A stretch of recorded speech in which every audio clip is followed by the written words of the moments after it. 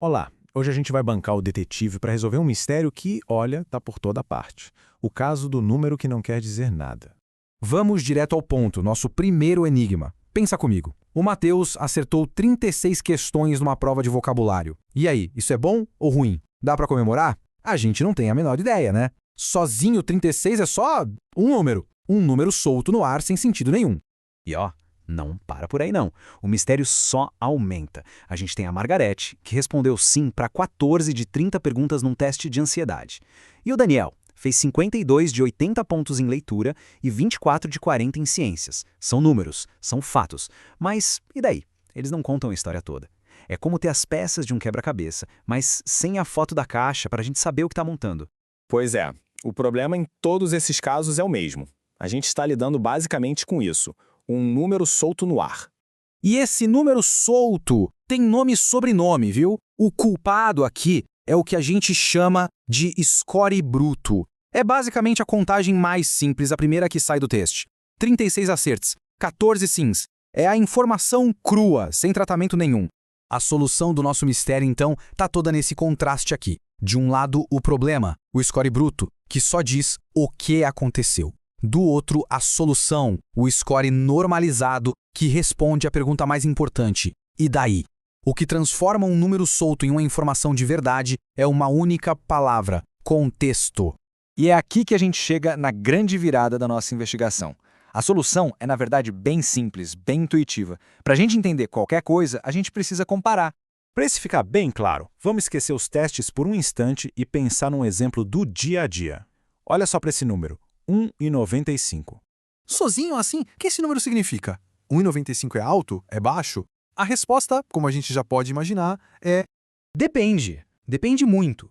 E essa tabela mostra isso de um jeito genial.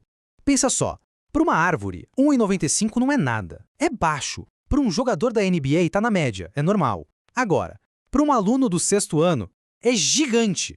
O número é o mesmo, 1,95, o que muda totalmente o significado é o grupo com o qual a gente está comparando. Esse é o segredo, o tal do grupo de referência. E o mais legal é que a gente já faz isso o tempo todo sem nem perceber. É intuitivo. A gente raramente avalia as coisas por um valor absoluto. A gente está sempre comparando, vendo qual é a posição de algo dentro de um grupo. É assim que o nosso cérebro dá sentido às coisas. Ok, mas como é que os especialistas, os estatísticos, transformam essa intuição toda em ciência? Bom, eles têm umas ferramentas bem específicas para fazer essas comparações do jeito certo, de forma bem rigorosa. Geralmente, tudo começa com uma bagunça mais ou menos assim. Uma lista enorme de números de dados brutos. Olhando para essa lista de pontuações, sinceramente, não dá para entender nada. É só um monte de número jogado. É o caos total. E aí que entra o trabalho da estatística. A missão dela é basicamente botar ordem na casa. É pegar essa confusão toda e começar a achar os padrões que estão escondidos ali no meio. E olha só que diferença. De um lado, aquela confusão de números, do outro, a mesma informação, só que organizada. A gente tem uma tabela de frequência, um gráfico que se chama histograma, e de repente, a mágica acontece. A gente consegue ver onde a maioria das pessoas ficou, quais pontuações foram mais raras, a história por trás dos números começa a fazer sentido. O que nos leva de volta para o ponto central de toda essa nossa conversa. A grande lição, o resumo da ópera é este. O contexto é tudo. Então, vamos voltar lá para o começo. E o Matheus, e a Margarete, o Daniel. Depois de tudo isso, o que a gente pode dizer sobre as notas deles? A verdade, a gente ainda não sabe se as notas são boas ou ruins. Mas, e essa é a grande diferença, agora a gente não está mais no escuro. Agora a gente sabe o que precisa perguntar. Para o Matheus, a pergunta é: qual foi a nota da turma dele? Para a Margarete, qual é o resultado típico nesse teste de ansiedade? É isso que falta. E o ponto-chave é justamente esse. Sem o que os técnicos chamam de normas, que nada mais são do que esses grupos de comparação, os resultados são só números. Números vazios.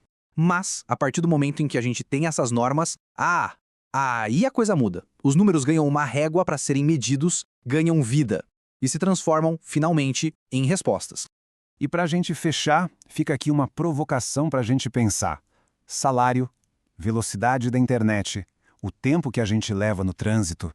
Já parou para pensar em quantas medidas do nosso dia a dia só fazem sentido de verdade quando a gente compara? O mistério do número sem sentido, no fundo, está em todo lugar.